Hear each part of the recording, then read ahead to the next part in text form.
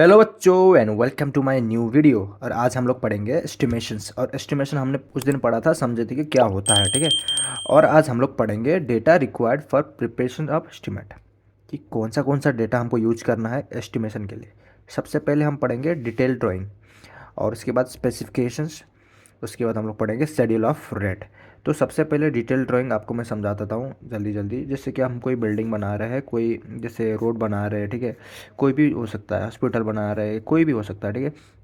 तो वो बनाने के लिए सबसे पहले हमको क्या चाहिए रहता है कि एक ड्राइंग चाहिए रहता है।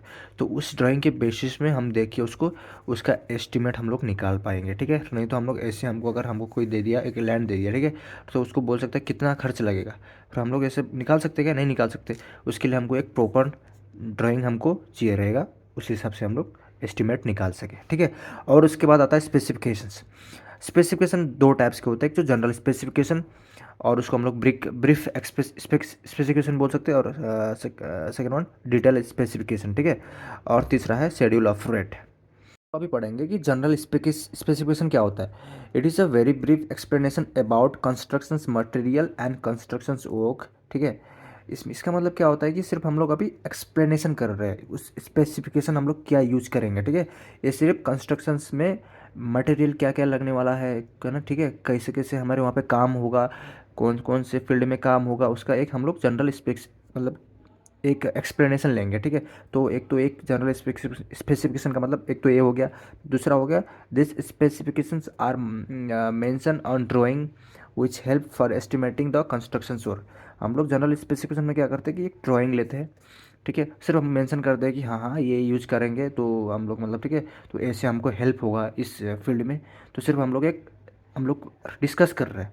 तो एक जनरल स्पेसिफिकेशन ये होता है, और it is not a part of contract. अभी हम लोग इसको कॉन्ट्रैक्ट में नहीं ले सकते, ठीक है, क्योंकि सिर्फ हम लोग क्या कर रहे हैं अभी, एक डिस्कस कर रहे हैं। और जो मैप है अभी, जो सम ड्राइंग होता है, उसको सिर्फ हम लोग क्या कर रहे हैं कि इम्प्लीमेंट नहीं कर रहे हैं, अभी सिर्फ हम लोग डिस्कस कर रहे हैं कि इतना कॉस्ट लगेगा, शायद इतना मटेरियल लग सकता है, ये लगेगा, ठीक है, ये मिक्सिंग यूज करेंगे, ये क्वांटिटी यूज करेंगे, ठीक है, बस।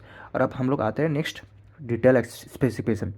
तो उसमें क्या होता है कि detail specifications convey the requirement of project to contractor through a detailed explanation of material work. It provide a complete knowledge about constructions work, workmanship of constructions, ratio of different material, mining methods, quantity of individual work, ठीक है। एक तो ये हो गया।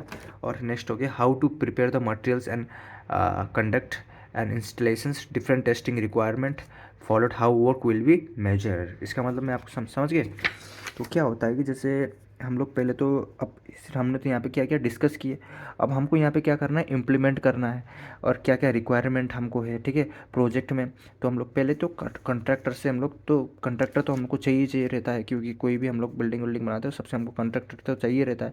तो हम लोग उससे क्या करते हैं, कन्वे करते हैं requirement of project to contractor through a detail explanation of material work, ठीक है। तो कौन सा मटेरियल लगने वाला है ड्राइंग के बेसिस में, ठीक है, ये मटेरियल लगेगा, इस साइड पे ये लगेगा, ठीक है। तो इसमें क्या होता है कि it provide complete knowledge of construction, और एक तो और workmanship of constructions, ratio of different material, 1:3:4 ऐसा होता है ना, 1:1.5:2, ये सब हम लोग इसको क्या रेशियो बोलते हैं। तो एक हो गया क्वांटिटी ऑफ इंडिविजुअल वर्क हो गया एक तो, ठीक है। और दूसरा हो गया कि कैसे हम लोग मटेरियल कंडक्ट करते हैं, कैसे हम इंस्टॉल करते हैं उसमें, कैसे क्वांटिटी का टेस्टिंग करते हैं, और कैसे कैसे हम लोग वर्क को मेजर करते हैं। तो ये सब हम लोग उसमें इम्प्लीमेंट करते हैं। इसमें डिटेल स्पेसिफिकेशन में ये होता है कि ये it is a part of एक कॉन्ट्रैक्ट हो गया, ये हम लोग कॉन्ट्रैक्ट ले रहे हैं सीधा, ठीक है। उसमें हम लोग सिर्फ कॉन्ट्रैक्ट नहीं था, वो सिर्फ हम लोग डिस्कस कर रहे थे, ठीक है, एक्सप्लेनेशन कर दे रहे थे, पर इसमें क्या है, हम उस चीज़ को इम्प्लीमेंट कर रहे हैं, ठीक है। तो यही है डिफरेंस। तीसरा था शेड्यूल ऑफ रेट। तो इसका मतलब क्या होता है कि जैसे हर साल गवर्नमेंट की तरफ से एक शेड्यूल बनता है, तो उसमें सब रेट दिया रहता है कि इस कंस्ट्रक्शन वर्क, जैसे कि एक मटेरियल हो गया, ठीक है, जैसे लेबर के लिए कितना है, ठीक है, इस साइट पे क्या है, इस सब का एक रेट है, फिक्स रेट, ठीक है। तो उसी हिसाब से हम लोग यूज करके हम लोग उसको इम्प्लीमेंट करते हैं अपने वर्क में, ठीक है। तो ये एक फिक्स है, तो एक गवर्नमेंट का शेड्यूल है, तो हमको इसको फॉलो करना होगा। ठीक है, तो बच्चों एक ये होता है, तो आप समझ जाइए।